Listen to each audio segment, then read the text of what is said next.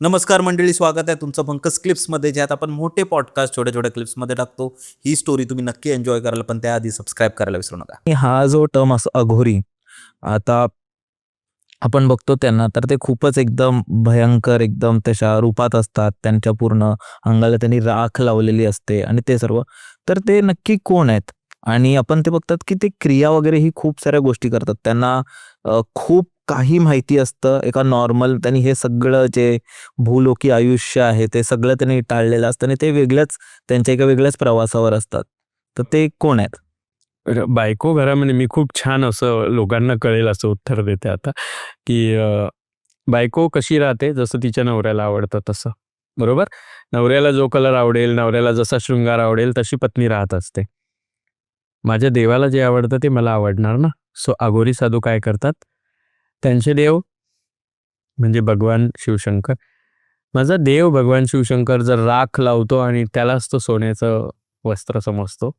माझा देव जर गांजा ओढतो आणि त्यालाच तो तल्लीनता समजतो. हा अघोरी साधू पण त्याच पद्धतीने राहतात. भगवान शिवशंकरांना रुद्राक्ष प्रिय आहेत, त्यांना रक्षा प्रिय आहे, त्यांना आपण त्याला सोमरस म्हणतो, पण त्यांना ती मदिरा प्रिय आहे. म्हणून सगळे अघोरी साधू तुम्हाला तशा कंडिशनमध्ये दिसतील. आणि भगवान शिवशंकर जितके भोळे आहेत तितके क्रोधी पण आहेत, कारण ते प्रलयंकर आहेत. या पृथ्वीवर विनाशाचं कार्य त्यांच्याकडे दिलेलं आहे. तर भगवान शिवशंकर जे आहेत ते ज्या स्वरूपामध्ये आहेत त्या स्वरूपामध्ये अघोरीची साधना जेव्हा कंप्लीट होते ना, अघोरी पण त्याच स्वरूपात असतो. तो शीघ्रकोपी पण असतो आणि त्याला पटकन कोणावर दया पण येते. म्हणून आणि अघोरी आता दशमहाविद्यांमध्ये जसं तुम्ही दशमहाविद्या आहे त्यातली काली किंवा तारा, म्हणजे तारापीठ बद्दल सांगितलं किंवा काली साधना आहे. तर या काली साधनेमध्ये एक प्रकार आहे अघोरी, जो तंत्र साधनेचा प्रकार आहे. अघोरींचं अधिष्ठाता दैवत जरी शिवशंकर असले तरी ते शक्तींची उपासना करतात, म्हणजे कालींची किंवा मा तारांची उपासना करतात. त्यांना आपण अघोरी म्हणतो. जे भगवान शिवशंकर, स्मशान, मा तारा आणि मा कालींच्या उपासकांपैकी असतात. अघोरी म्हणजे फक्त अघोरी असा प्रकार नसतो. अघोरीमध्ये खूप सारे प्रकार असतात. पण त्याच्यामध्ये एक साधी साधना झाली पूर्ण की ते अघोरी असतात. शव साधक असतात, कापालिक साधक असतात, स्मशान साधक असतात.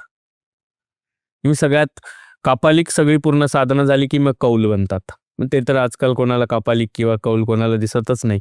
पण ह्या साधना ज्या आहेत ह्या एकांतामध्ये करणं म्हणजे शांतता हवी असते म्हणून केलं जातं. आणि जेव्हा ते या साधना करत असतात तर ते साक्षात भगवान शिवशंकरांसोबत विलीन असतात. आत्ता आपण जे पाहतो ना आपण की आपण म्हणतो त्यांना मांस खातात, मच्छी खातात किंवा ते प्रेतावर असलेल्या गोष्टी खातात, प्रेत खातात, जळालेलं प्रेत खातात किंवा आपण पाहतो की गांजा, सिगरेट, दारू या सगळ्या गोष्टींचा उल्लेख केला जातो की हे करतात, ते करतात. खूप सारे साधू संत आहेत. तुम्ही जेव्हा पण पाहते त्यांच्या हातात तुम्हाला गांजा, चिलीम दिसेल. हे बघा, भगवान शिवशंकरांची शांतता साधना, जेव्हा तुम्ही साधना करणार असाल तेव्हा तुम्हाला फक्त साधना आणि तल्लीनता पाहिजे असेल. आणि असं मानलं गेलंय की अघोरी साधूंकडनंच हे मी ऐकलंय आणि त्यांनीच मला हे सांगितलंय की असं मानलं गेलं आहे की ती शांतता आणि ती तल्लीनता फक्त गांजामुळेच मिळू शकते. म्हणून ते एक तल्लीन होऊन जातं, एक तंद्री लागते त्यांची. आणि त्या तंद्रीमध्ये ना ते त्यांच्या साधनेमध्ये व्यस्त असतात. आणि त्यानंतर तुम्ही मग स्मशानामध्ये तर भरपूर साधना आहे. मग स्मशानामध्ये भैरव साधना आहे, स्मशान साधना आहे, शव साधना आहे, कापालिक साधना आहे. ह्या सगळ्या साधना त्या वेगवेगळ्या पद्धतीने करतात. पण इथे श्रद्धा आणि अंधश्रद्धेचा पुन्हा एकदा एक भाग येतो की हे बघा, श्रद्धा काय आहे की सनातनामध्ये अघोर साधना एक वेगळा प्रकार आहे. अघोर म्हणजे जे पुण्यवान आहेत, ज्यांना कुठल्याही गोष्टीचा लवलेश नाही, जे शेवटाला म्हणजे मोक्षप्राप्तीकडे जाण्यासाठी जे लोक हे करतात ना, ते अघोरी असतात. आणि अघोरीचा सगळ्यात शेवट असतो मोक्ष. आणि त्यावेळी ते कंकाली कालीला साक्षात सिद्ध करतात आणि कंकाली काली साक्षात त्यांना मोक्ष देतात. कंकाली कालीचा मोक्ष हा सगळ्यात शेवट असतो अघोरींसाठी. पण त्यांची साधना भैरव तंत्रापासून सुरू होते, भैरव साधनेपासून सुरू होते. स्मशान साधनेवर, शव साधनेवर, कापालिक साधनेवरती ते स्मशानामध्ये बसून करतात, कारण ते मान्य करतात की आमचा देव स्मशानात राहतो, आमच्या देवाला स्मशान प्रिय आहे. आमचा देव डोंगरांमध्ये राहतो, आमच्या देवाला डोंगर प्रिय आहे, म्हणून तशा शांत ठिकाणी ते साक्षात भगवान शिवशंकरांना त्या तंद्रीमध्ये शोधत असतात आणि त्या साधनेमध्ये ते अगदी तल्लीन झालेले असतात. आणि अघोरींबाबतीत लोकांमध्ये खूप निगेटिव्हिटी आहे की अघोरी हे करतात ते करतात. नाही, तो जो जंगलात राहतो त्याला जे मिळेल ते तो खातो. बऱ्याच वेळेला अघोरी अनेक दिवस महिने काही खातही नाहीत, कारण ते त्या तंद्रीत असतात. तुम्ही बरेच अघोरी पाहिले असेल की अगदी म्हणजे हडकुळे हडकुळे हडकुळे होत चाललेले असतात. हा त्यांचा मोक्ष प्राप्तीचा मार्ग आहे, कारण अघोर साधना ही मोक्षासाठी शेवटचा पर्याय आहे. काही लोक तर त्यांचे आयुष्य एकदम मी मागे बघितलं होतं की एक अघोरी होते, त्यांनी त्यांचा हात गेल्या 10 वर्ष वर करून ठेवला. हठ योगी म्हणतात त्यांना. हा, तो हात एकदम विचित्र झाला, म्हणजे पूर्ण सुकला, त्याच्या अंगाचा भाग तो निघून गेलाय. व ते साधू संत आणि हठयोगी हे आणि अघोरी हे खूप वेगळे वेगळे असतात. अघोरी जे आहे, जे काळ्या कपड्यांमध्ये किंवा नग्न अवस्थेमध्ये किंवा पूर्ण भस्म लावलेल्या अवस्थेमध्ये ते तुम्हाला कशाही स्वरूपात दिसू शकतात. जे रुद्राक्षांच्या माळांचा शृंगार करतात, भस्माचा शृंगार करतात, त्रिपुंड लावलेलं असतं आणि सतत गांजा, त्यांच्या हातामध्ये चिलीम असते, सतत गांजा असतो. असं बरेच जण आत्तापर्यंत आपण हेच पाहतो आणि हेच अशा पद्धतीने ते राहतात, कारण त्या देवाला ते प्रिय आहे, ते त्या पद्धतीने राहतात. आता बरेच जण म्हणणार की सनातनामध्ये या सगळ्या गोष्टींचा कुठं काय लिहिलंय का, कुठं काय आहे? हो, सगळ्या गोष्टींना पुरावा आहे. जेव्हा तुम्ही अघोर साधनेशी रिलेटेड पुराणांचा तुम्ही वाचन करा, तुम्ही ब्रह्मपुराण वाचून पहा, कधी तुम्ही शिवपुराणामध्ये जाऊन पहा. भगवान शिवशंकर हे साक्षात सर्व भूतपिशाचांचे अधिष्ठात्री आहेत.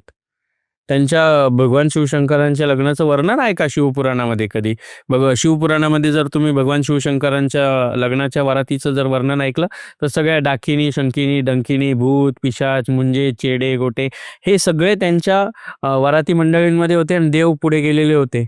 पण जेव्हा भगवान शिवशंकरांनी संपूर्णपणे सर्पाचा आणि भस्माचा जेव्हा त्यांनी शृंगार केला होता, त्यांनी व्याघ्रंबर जेव्हा हे केलं होतं म्हणून त्यांना व्याघ्रंबर म्हटलं गेलं, तर ते त्यांचा तो शृंगार आहे. आणि तशाच शृंगारामध्ये तुम्हाला साधू दिसतील, जसा माझा देव तशी मी. म्हणून अघोरी जे त्यांच्या देवाला प्रिय आहे त्या पद्धतीने राहतात. पण लोकांनी काही निगेटिव्हिटी दिली की ते अघोरी प्रकार असतो. मला ते समजत नाही का. काही काही समितीवाले लोक आहेत आणि बऱ्याच वेळेला श्रद्धा अंधश्रद्धेचा भाग येतो आणि त्यांचं म्हणणं असतं की हे केलं म्हणजे अघोरी. सनातनात कुठेही कोंबडा, बकरा, बळी याबद्दल उल्लेख नाहीये. कुठेही षोडशोपचार पूजांमध्येही याचा उल्लेख नाहीये. भगवंत हा षोडशोपचार पूजेने प्रसन्न होत असतो. मग त्यामध्ये वेगवेगळ्या प्रकारच्या 16 फळांच्या बळी दिलेल्या आहेत.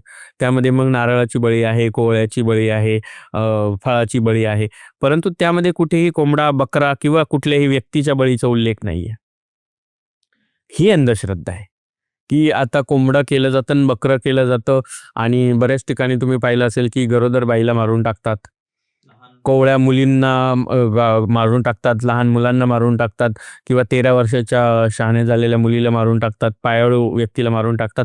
या गोष्टींवर बंधन घालण्यासाठी आपल्या महाराष्ट्रात अंधश्रद्धा निर्मूलन कायदा आलाय. कारण हे कुठे लिखित नाहीये, पण लोकांनी आपल्या स्वार्थासाठी ह्या गोष्टी अशा पद्धतीने फिरवून घेतल्या.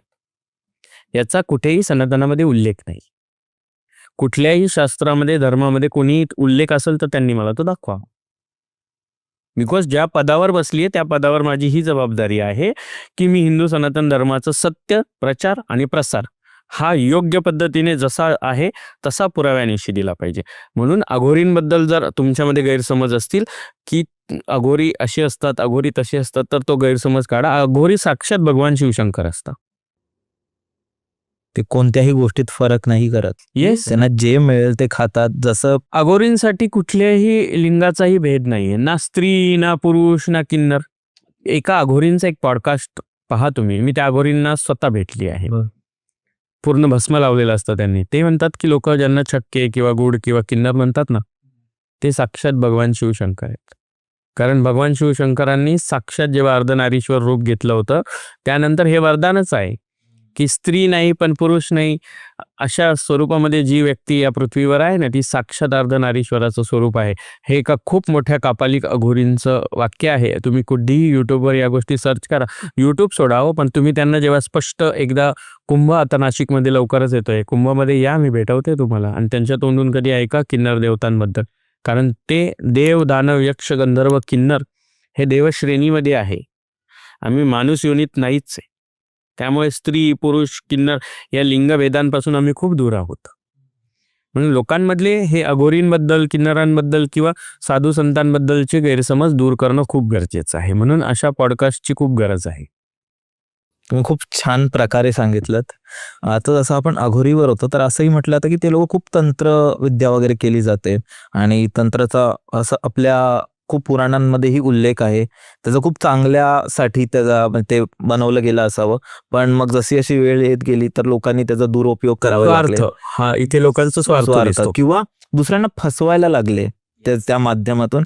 तर ते काय आहे म्हणजे तंत्र खरोखर आहे आणि त्याचा कसा उपयोग केला जातो? बघा, दशमहाविद्या आणि तंत्र साधना या आहेत.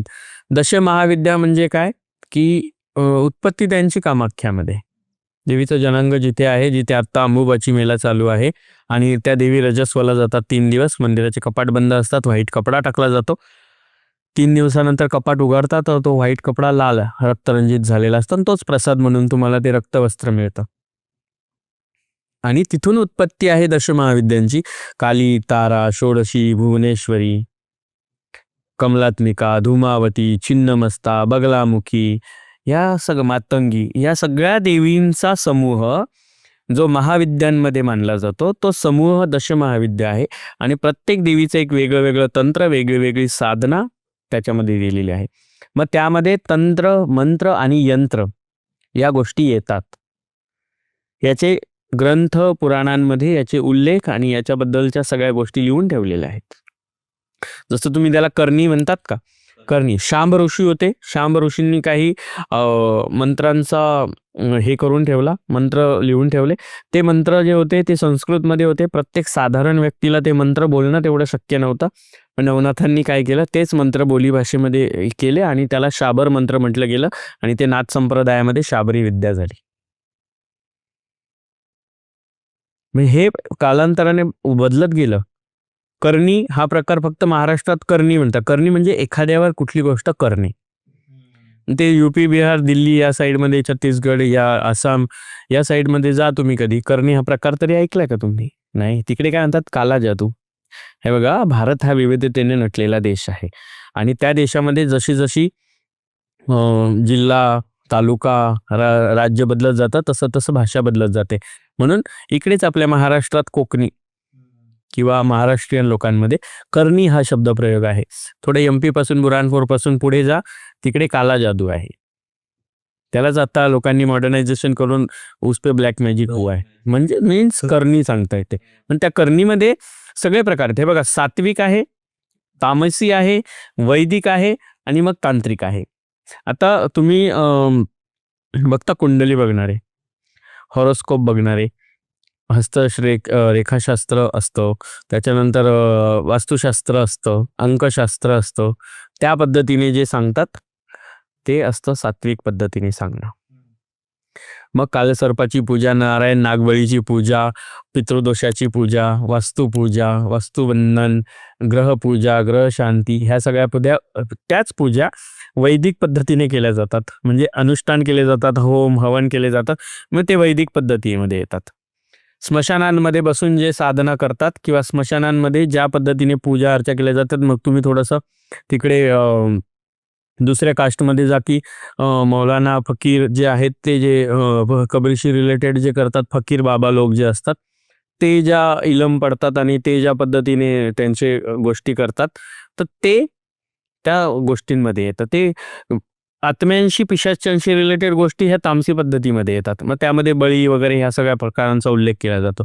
अनेक लोक आहेत तसं मानणारे. आणि मग तांत्रिक दशमहाविद्यांना म्हणतात. दशमहाविद्यांचा अभ्यास करतात, दशमहाविद्यांची साधना शिकतात, साधनेमधून ते सिद्धी प्राप्त करतात, सिद्धी प्राप्त करून ते अशा पदावर जाऊन पोहोचतात की ते साध्या स्पर्शाने, नजरेने, एखाद्या द्रव्याने सुद्धा वशीकरणाची ते ताकद ठेवतात. मग वशीकरणामध्ये खूप सारे, दृश्य वशीकरण, पात्र वशीकरण, द्रव्य वशीकरण, यंत्र वशीकरण, मंत्र वशीकरण, पिशाच्य वशीकरण. मग त्या वशीकरणांच्या एक एक दृश्य वशीकरणामध्ये मग प्रेम वशीकरण, दाम्पत्य वशीकरण, संभोग वशीकरण, स्तंभन वशीकरण, हे खूप सारे, शत्रू वशीकरण, हे खूप सारे प्रकार आहेत. आणि हे लिहून ठेवलंय. हे मी लिहून नाही हे केलंय किंवा एखाद्या मॉडर्न बाबाने नाही त्याच्यावरती रिसर्च केलाय आणि हे केलंय किंवा कुठेतरी आहे म्हणून कोणाकडून ऐकून नाही झालंय. हे गुरूंनी शिकले, गुरूंनी वाचलं, गुरूंनी ते त्यांच्या आपल्या शिष्यांना दिलं. गुरु शिष्य परंपरेतून हे पुढे पुढे चालत आलं. ज्याला खूप जास्त डीपली घुसून ह्या सगळ्या गोष्टी खऱ्या खोट्या बघायच्या असतात त्याने माझ्यासारख्या एखाद्या येड्याने जाऊन रिसर्च केला, संशोधन केलं आणि त्याने पाहिलं दशमहाविद्या काय असतात, त्यांची उत्पत्ती कशी झाली, तंत्र काय असतात, त्यांची साधना कशी केली जाते आणि त्यातून कोणाच्या मनावर कसा परिणाम केला जातो. वशीकरण म्हणजे काय? मग हे तंत्र मंत्र यंत्र आहेत ना सगळीकडे लिहिलेले. निळावंती ग्रंथाबद्दल सगळीकडे आहे. आता लोकांना ग्रंथ आणि निळावंती कादंबरीमधला फरक माहीत नाही. ज्यांना निळावंती कादंबरी आणि निळावंती ग्रंथामधला फरक माहीत नाही त्या शहाण्यांनी उगाच कमेंट्समध्ये येऊन बडबड करण्यात अर्थ नाही ना. अगदी बरोबर. मंडळी, जर तुम्हाला ही स्टोरी आवडली असेल तर डिस्क्रिप्शनमध्ये आम्ही पूर्ण एपिसोडची लिंक टाकलेली आहे, तो चेकआउट करायला विसरू नका. त्यात अशाच प्रकारच्या भरपूर स्टोरीज अवेलेबल आहेत आणि सबस्क्राईब करायला विसरू नका.